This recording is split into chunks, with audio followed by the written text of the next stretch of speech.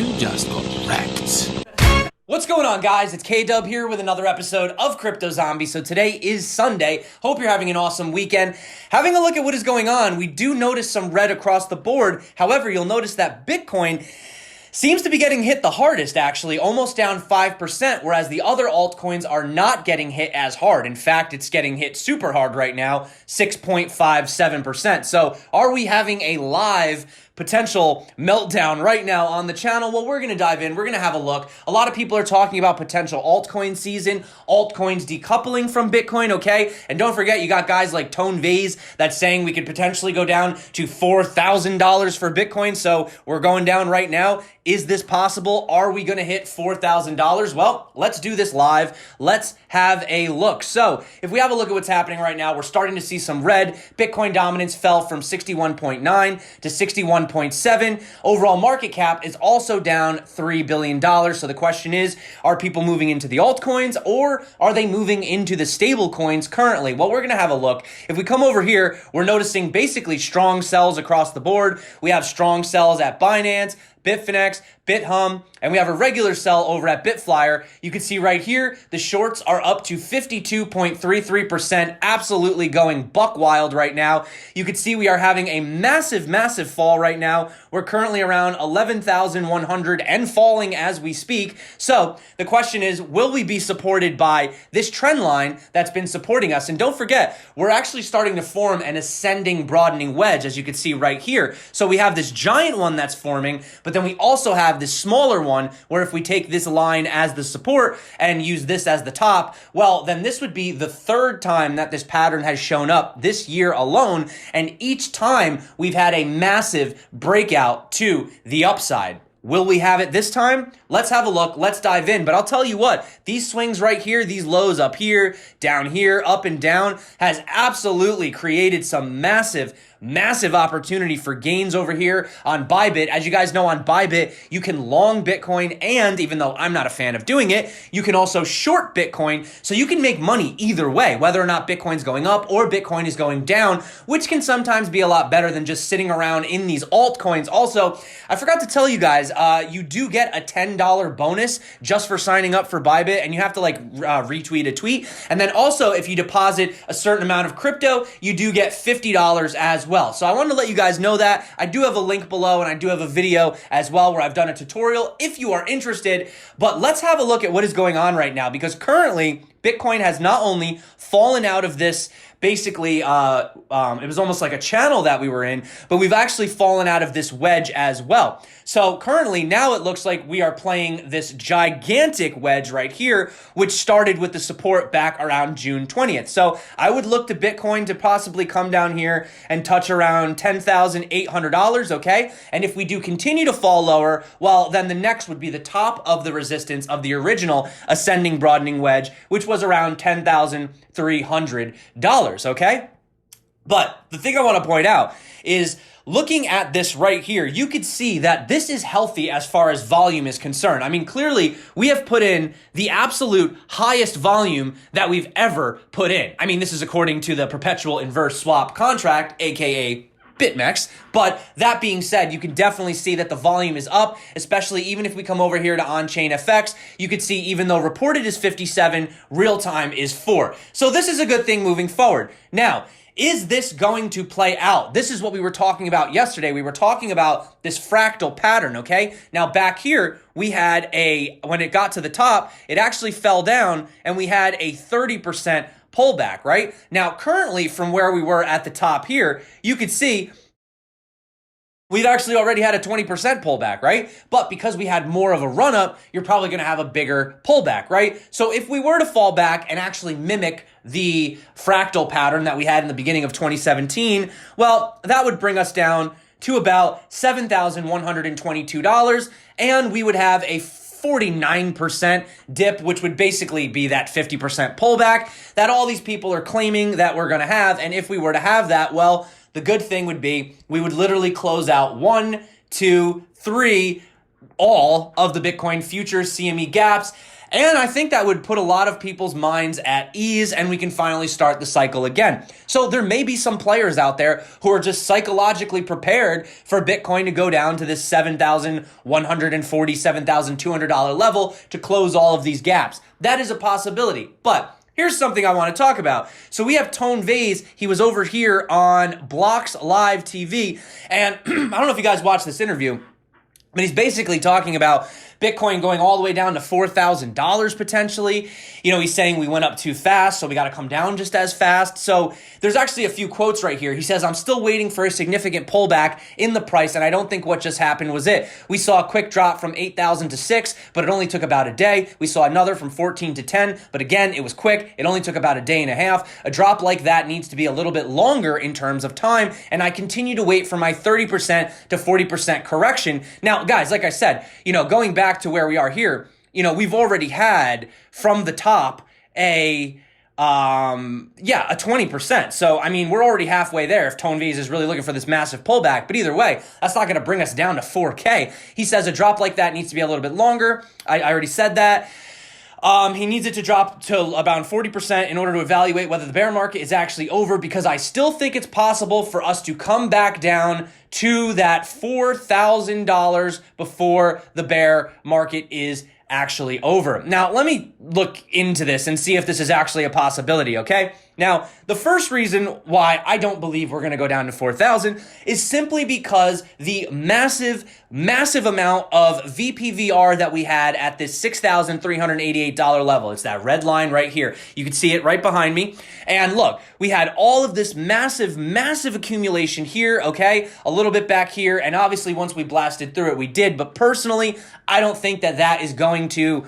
I don't think we're going to fall through it. I think that is going to play out as support. It's my opinion. I could be wrong. Tone Vays could be right. But I personally just think that the fact that we stayed there for so long, especially during the bear market of 2018, I don't think we'll fall any lower. And the second thing I want to point out is this 200 weekly moving average, which currently is sitting around $3,865. Now, this is the average over the course of 200 weeks. Also, might I point out that in its 10 years of existence, Bitcoin has never fallen below the 200 weekly moving average. And when it does, briefly, it instantly gets pulled back up, okay? So those are basically my two main reasons why I don't think we're going that low. And as you can see right here, you know, going back over time, you know, we've obviously always, actually, if I put it in the log, you could probably see it a little bit better right here. You know, you could see, let me get rid of the VPVR super quick.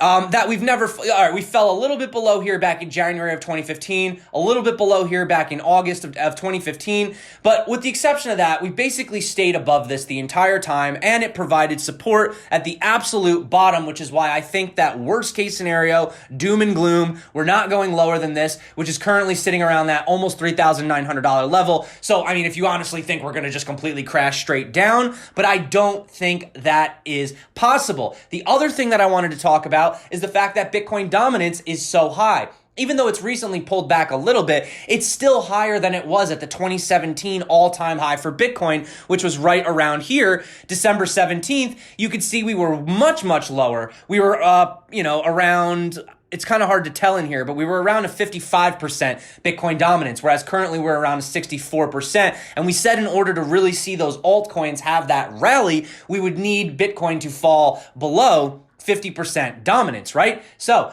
let's talk about that. And that's what Vinny Lingham said. He said, and this tweet is from April 10th, by the way. It's not new or anything, but it's still relevant. He says, many people believe that the crypto winter is over. Here are some of my unfiltered thoughts on the topic. Chart and technicals aside, I don't believe this rally is sustainable for one reason. The market has not yet decoupled the various crypto assets from Bitcoin. This means that as the Bitcoin price rises, so does the price of other cryptos, irrespective of value. This is a key point. Bitcoin could double overnight, but does this mean other assets should too, even if nothing has changed on their end in terms of development, network, etc. Now, once again, let's go back over here. I know this is looking kind of red, okay? But look, obviously Bitcoin is falling right now as I'm making this video, but Bitcoin's down 7%. ETH isn't down 7%, Bitcoin Cash isn't down 7%, XRP isn't down 7%. Normally, these cryptos would instantly get pulled back. Now, maybe by the time this video comes out, could be a totally different scenario, but you are noticing things like Chainlink, Binance, right? We've had all these different coins that have decoupled themselves lately. Agricia has been going on an absolute tear, right? So that's something I wanted to point out. Another thing too that Jerome Blockland said is altcoins are being obliterated by Bitcoin. Not today, they're not, but they have been. Down 40% in relative terms since just the beginning of the year, right? So having a quick look at the altcoins, we could see they are being affected by Bitcoin, but what I wanted to point out was you could see it's actually crazy how this played out. We were coming to a very critical level here where we had this uptrend that was meeting with this resistance that we had around 111 billion market cap. So we have fallen below it. And as you can see, we've sort of we've basically put the altcoins in this almost diamond pattern. Now, the last time we had a diamond pattern, we had a break down to the downside, okay? So that's a very bearish thing. But currently, we need to keep our eyes on this because obviously there's a lot happening while I'm making this video. But, you know, we do have to keep our eyes on those levels because currently we're looking to be supported here. If we do fall lower, well, then that could be very bearish actually. But we'll have a look at it as we continue on. The other thing I want to talk about is all of this tether that's been printed. You could see over this is just the past week, you know, we started the week out around 3.514 billion, and now we're up to, where is it right here? 3.588. Okay, so you could see that we've, you know, printed probably, upwards of a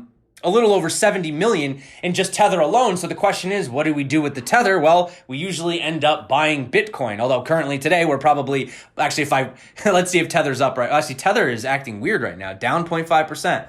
But yeah, look at this, guys. Look at what it's just been doing over the course recently. I mean, you could see they've just been printing and printing and printing. So that is why a lot of people have been calling for a potential artificial inflation of the market cap, right? But here's the question. If you look at where the money's been flowing in the past 24 hours, you still notice that a whopping 2.52 billion is flowing into Bitcoin, right? And then you have the smallers flowing into Ethereum, EOS, Litecoin, XRP, Bitcoin Cash, Chainlink, right? But for the most part, it's still flowing into Bitcoin, whereas fresh capital only represents about 745 million, which shows that we really, really don't have that massive retail boom just yet. We're still dealing with, obviously, institutions. But there was a Twitter poll that was done, and it says right here that they had 100,000 participants, and essentially it looks like the majority of people think that by the end of the year, we're going to have Bitcoin sitting somewhere between 15,000 and $35,000, with a select few saying that will actually be below 10,000 by the end of the year. I personally don't think that we're going to end this year negative. I do think we will end this year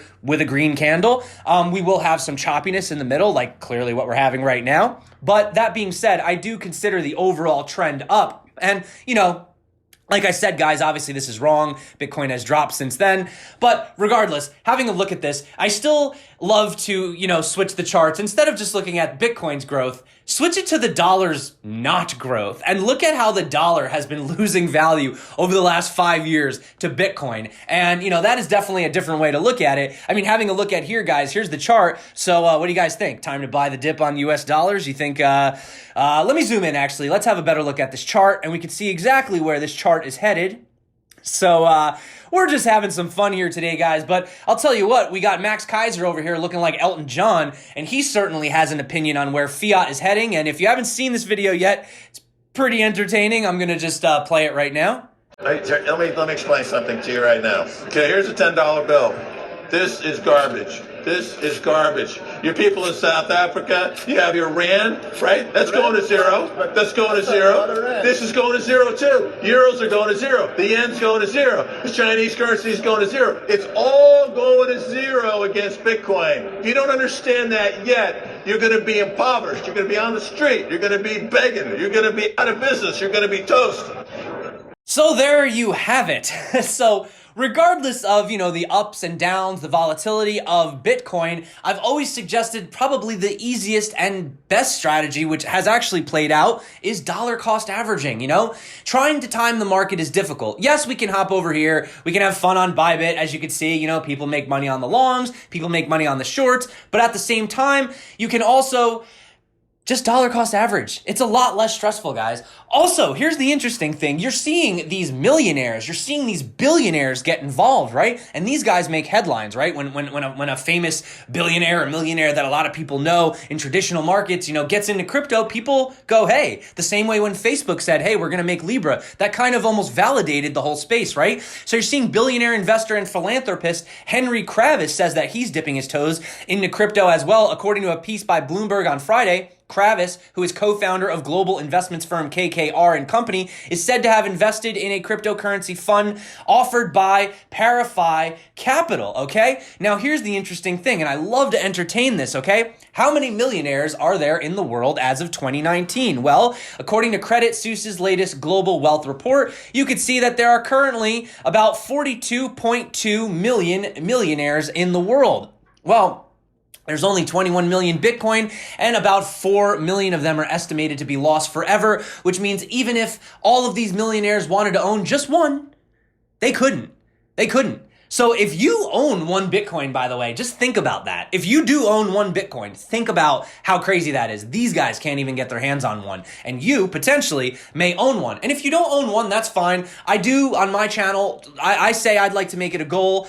I think everyone should try to own at least one Bitcoin. I know it's getting more difficult as time goes on, and but just try if you can. Just buy one, put it in cold storage, forget about it, man. Because talk about 100K. I think long term Bitcoin's going to well over $1 million. I mean, not tomorrow, but long term, I definitely believe in it. The other thing I want to point out is the network activity is just absolutely amazing. Look at this, guys. We have hash rate at an all-time high, difficulty at an all-time high, mining revenue. I guess not at an all-time high technically, but it's pretty damn high right now. Currently, transaction fees, cost per transactions, network activity. Yeah, guys, you can just look right here. Total volumes excluding long chains, estimated, yeah, so it's definitely up, guys. A lot of positivity, but hey, why don't we talk about this really negative post? Let's talk about negative posts. I love the negative. I love the naysayers because I love when we prove them wrong, right? So we have Jonathan Trugman, Bitcoin not built to last despite its recent surge. He says, to me, it's fool's gold. There are no financial statements, no balance sheets, no revenues or assets. There's not even a physical product. This is an unbridled lunacy in which some astute techies take advantage of what will ultimately be some very unfortunate people. Real investors do meaningful, mundane, monotonous research in order to determine the viability of a company's stock or a country's currency. To do research on Bitcoin, what it is, what do you even have to look at? You can't even melt it down for jewelry. That's his argument, by the way. You can't melt it down for jewelry. It's useless. He says Facebook Libra at least has the backing of Visa, MasterCard, PayPal, and a few others. And by the way, it's been initially described there are accounts with assets or credit scores behind each of the transactions. So, all right, well, we'll entertain this one more time, okay, the difference between gold and Bitcoin. Well, let's talk about the positives for Bitcoin. Anonymous, decentralized, divisible, durable, inflation-resistant, irreversible payments, prone to counterfeit, or I should say you can't counterfeit a Bitcoin, you could fork it, right? Non-monetary use, open source, limited supply, practicality, transparency, traceability, theft-proofed. But you know what, guys? It's not shiny, and you can't melt it down to make jewelry, so I guess that invalidates Bitcoin, doesn't it? Well, moving on, that's enough. Let's talk about some crypto tokens and let's get on out of here. So Ampleforth is actually having a little bit of a giveaway. So they talk about a key element to them is their supply rebase. The supply rebase for Amples is something that happens every 24 hours. So once a day, the tokens are equally distributed to all wallets or equally taken away from all wallets in direct response to the token's trading price activity over the past 24 hours. So basically, they're saying this contest is for the most accurate guess of how many tokens are distributed to a holder if he or she hypothetically held 10,000 amples at the time of this first rebase. So if you guys want, you can participate in that. I'll drop it below. These are the rules. If you're interested, I will drop that below in the description and you could win 50 amples. So there you go. Everybody loves some free money. Also, we had the Waltonchain blockchain having a little bit of an issue. So they said an exploit in our code allowed an attacker to increase his coinage score and mine many blocks concurrently from block height 175368. So the attackers Plan this carefully, they said. However, thanks to some exceptionally talented community members and our dev team, the flaw was detected a week ago and parts of the code were rewritten. As a result, after thorough evaluation, multiple areas of code were improved and rolled out earlier today via hard fork. So thanks to the community and early work from our devs, the recent attack was quickly put to rest via a mainnet upgrade, duly noted by our eagle-eyed Corinne Miner community earlier today. So there you guys go. That was a situation people were concerned about. Now it's fixed. Also in a positive move for decentralized finance and MakerDAO. They say that users will now have the ability to collateralize 6 ERC20 tokens on top of ETH, okay? So they're going to have a vote to prioritize which one is which is the most important one, which one they're going to do first. So you can pick from Augur, Basic Attention Token, DigixDAO, Golem, Omizego, and 0x. I believe that is the choices. It looks like it right there. So yeah, I'll drop this below if you guys are interested. And also, that being said, before we go, I have to play this clip. So there was this clip that I found. Now, this is from April 11th of 2013. And you know how Mr. Wonderful, Kevin O'Leary, he's been a little skeptical about Bitcoin recently when he was having that discussion with Pomp. Well, it looks like he actually used to be quite a big advocate back in the day. And I just want to play this clip super quick. Owners of hard assets are willing to take Bitcoin. This is here to stay. That's what's going to happen. And no central banker can control it. So basically, he was validating it back in the day. I'm not going to play this whole clip, but watch it. It's very entertaining. So that being said, let's have a look. Let's see where Bitcoin is at right now. So we've already started to stabilize ourselves inside this giant wedge. I mean, I knew there's a few different things we were looking at. We were either looking at this channel, this downwards forming wedge, or we had this other gigantic triangle. I really didn't know where we were going. This basically tells me that we're staying inside this wedge for now. So currently, like I said, we might have $10,800 potentially at some point today. If we do fall out, I think we'll be supported around the $10,300 level. We've already spoken about the key levels if we're going to go higher. Just check out yesterday's video or the day before or the day before. And, we went into that. But currently, a lot of people are worried about, is Bitcoin falling right now? So that's what's going on. Do I think we're going down to $4,000? Absolutely not. I think that's ludicrous. I think the lowest that will go is $6,400. Although honestly, realistically, $7,200 for me is probably where, we close out the CME gaps. That's that healthy, almost 50%, not healthy 50% retracement, but we're talking about Bitcoin here. And then I think we could, potentially see brighter skies. So we'll keep our eyes on this, guys. There's always a potential chance, I put this video out, it dumps. Don't forget, we have to see what happens when the East wakes up, okay? We have to see what happens when, these guys over, like I said, in the East wake up. They wake up before we do. So, once they trading on Monday, they might freak out and have a little bit of a panic sell. But that being said, don't forget that just in the beginning of this year, Bitcoin was trading in the $3,000s of dollars. And even after this pullback, which currently, what are we at right now? Let's just do it real quick. Still like 20% from the high. So yeah, I mean, guys, we're still up massive amounts. So don't give your hopes, don't get your hopes up. What I'm trying to say is long Bitcoin, short the bankers, dollar cost average, be safe. If you guys are interested in checking out Bybit, you can make money when Bitcoin goes up. You can make Bitcoin when money goes down, okay? Also, don't forget tomorrow is Ledger Nano S giveaway, and that is it for me today, guys. So thank you so much for coming back to the channel. My name is K-Dub, and before I go, I just want to say I really appreciate it. Everyone that's been liking, subscribing, obviously turn on that bell notification, guys, so you can get these updates. Sometimes they are time sensitive, and that's it for me today. It's a beautiful Sunday. Finally,